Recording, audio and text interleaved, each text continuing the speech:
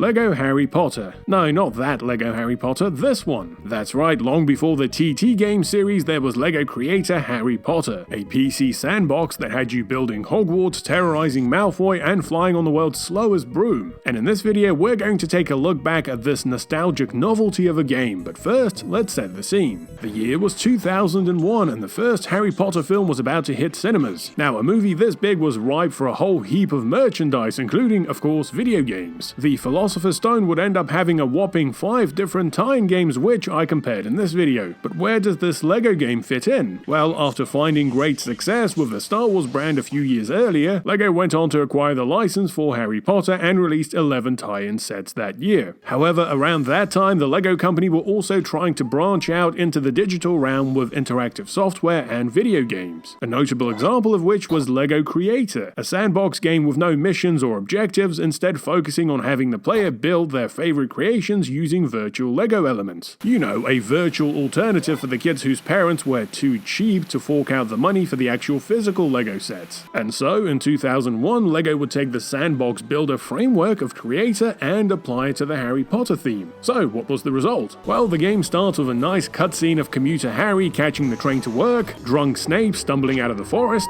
and Hedwig almost taking out Dumbledore. I do love this early Harry minifig. He's got that smirk of superiority on his face. Heh, chosen one, baby. Now, this being a Lego Creator game, it's very much a free roam sandbox, but luckily this nice painting fella is there to guide you. Super! I think Malfoy is beginning to regret his naughtiness now. Now, we do get the dozen or so challenges that act as both the tutorial and the closest thing this game has to any sort of campaign, and many of these end with nice little cutscenes. We start with Ron searching for Scabbers. God, look at the eyes on that rat. He's a Death Eater, get him! Harry loves getting letters. Clearly.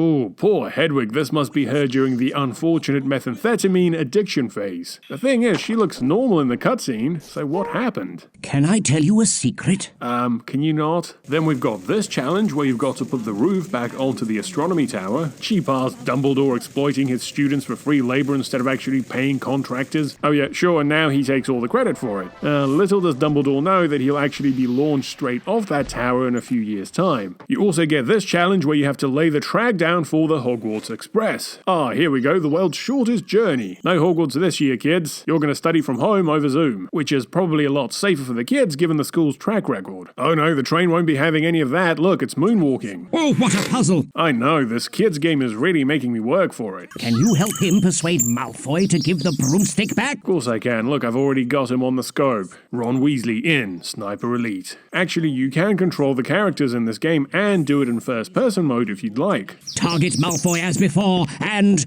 cast your spell! Alright, calm down. This is why you shouldn't be sniffing flu powder. Actually, Painting Man, I don't think we have to worry about him getting away. To fix Harry to the broomstick, click and drag him onto it. Well, come on. Come on, get on. This kids game is really hard. Okay, finally. Oh my word, how exciting! Yeah, sure. You can use the plus and minus keys too to make him go up and down. I'm sorry, but I don't have those keys on my laptop anymore. So to finish this, I actually had to go to my parents' house and dig out my dad's old ergonomic keyboard 4000 for the plus and minus keys. Alright, here we go.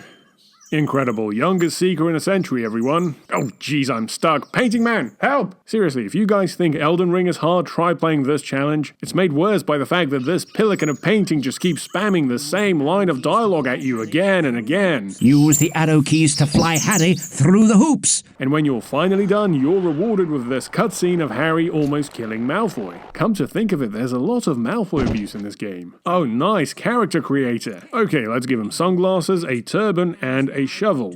Yes, and naturally that would make him a Hufflepuff. Interesting how they don't let you send out the minifig into the school without any pants. Now, challenges aside, most of your time in this game is going to be spent building stuff in 4 different stages: Diagon Alley, King's Cross, the Hogwarts grounds, and inside of the castle. Each stage also has little mini-stages like the Common Room and Hagrid's Hut. And it's surprising how many models this old game can actually support at the same time, although I guess they're not exactly highly detailed. And speaking of models, after you build up the environment, you can populate it with minifigs and watch them interact. And I use the word interact somewhat loosely. As I mentioned, these first generation Harry Potter minifigs are just great. We've got Ron looking like the 5th Beetle, stiff upper lip Malfoy, and my favorite zombie Snape with Columbo's face expression. Just one more thing, Potter. Also, the minifigures can actually walk on water in this one. I mean, it makes sense, they are magic after all. Now, you can technically build most of the 11 initial Philosopher's Stone sets inside this game, but good luck with that. The construction takes forever and can become a real pain in the ass due to the very limited controls. You see, for some reason, the developers decided to assign most of them to the mouse. I guess they thought kids were just too stupid to use the keyboard, apart from the flying. I also wish the game came with instruction manuals for the sets. It would have really helped these stupid children like myself. Instead, we ended up building these monstrosities. And so that's pretty much it for LEGO creator Harry Potter. It wasn't the deepest or most sophisticated installment in either one of the properties, but everyone I've ever talked to has nothing but fond memories of this little sandbox. And it did get a sequel the following year tying into the Chamber of Secrets, so let me know if you'd like to see a video on that game. In the meantime, please let me know all your favorite memories of LEGO creator Harry Potter. As always, thanks for watching. Please consider supporting me on Patreon, and a big thanks to all my existing patrons. Also, if you've enjoyed this video, please like, subscribe, and hit the bell. Thanks for watching, and I'll see you next time.